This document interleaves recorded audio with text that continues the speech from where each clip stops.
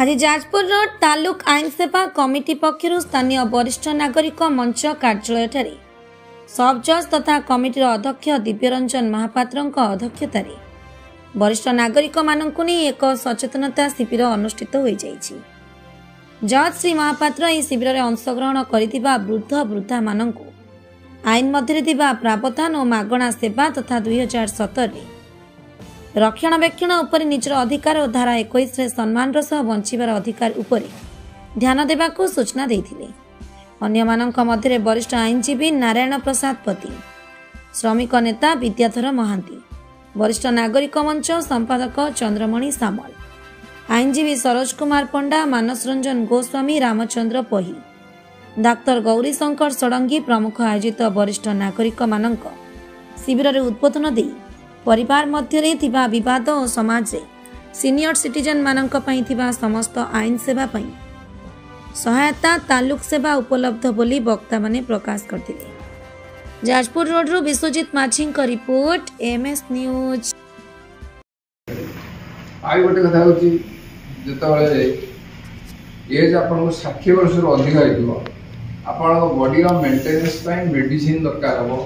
Vitamin दरकार हो, खाद्य दरकार हम से समय एडिक्वेट आम खाईपार ब्लड प्रेशर हम, डायबिटीज हम, इंडाइजेशन हम, गोड़ हाथ बिंध मुंड बिंध दुनिया प्रकार रोगटा आए ये रोग सब मुक्ति करने ओल्ड एज आप कौन कर मेडिसिन ये जमी गोटे घर हो ओल्ड एज लोक एकाठी सेमती एकाठी बसवा, मॉर्निंग वॉक सांगे करवा, निजर दुख सुख को शेयर करवा कौन हम ना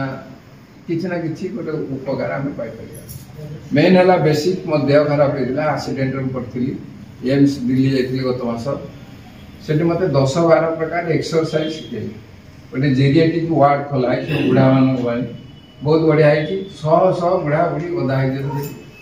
से डॉक्टर अच्छा प्रेस्क्राइब कर मेडिसिन भी सुविधा मिलूँ कि एक्सरसाइज टाक बहुत एम्फासिस दे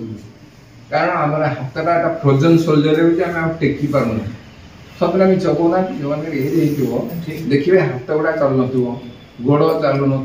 मुंड बुलाऊ मेडिसिन मेचे खाई कौन हम साइड इफेक्ट बाहर तेना आम सुस्थ रहा ठीक विटामिन जी आम body food is the maintenance of the body जी आवश्यक खाଇବା प्लस एक्सरसाइज करें। एक्सरसाइज कले कौन हम बॉडी को एनर्जी सृष्टि हम जो डिपोजिशन जो बॉडी भीतर रही जो फ्लैट फैट इत्यादि ये आस्ते आस्ते कमी तो ये सब जिन को सब बेले मन माने शांति रे रखिए दुख करेंगे ना। गत वर्ष जो घटना है वर्ष से न हो आगामी वर्ष केमती भलरे हम ये कथा सब चिंता करें। तो ओल्ड एज मान आउरी कौन सुविधा है ना हॉस्पिटल मान देखिए क्यू स्वतंत्र कराई रेल टिकेट सेमती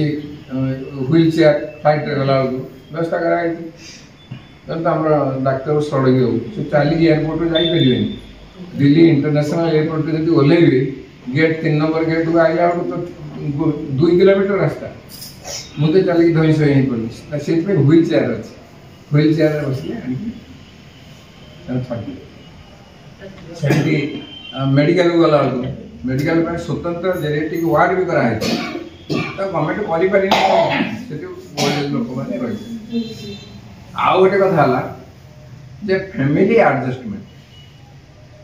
जिते मुझे देखी आनंदमय दाम्पत्य जीवन गोटे बही मुझे देखे जो ओल्ड एज हो स्वामी और स्त्री ये दुई जन मन एक हवा दरकार एक ना कि जब अलग हो जाए परिवार में अशांति ना वाइफ हजबैंड सपोर्ट कर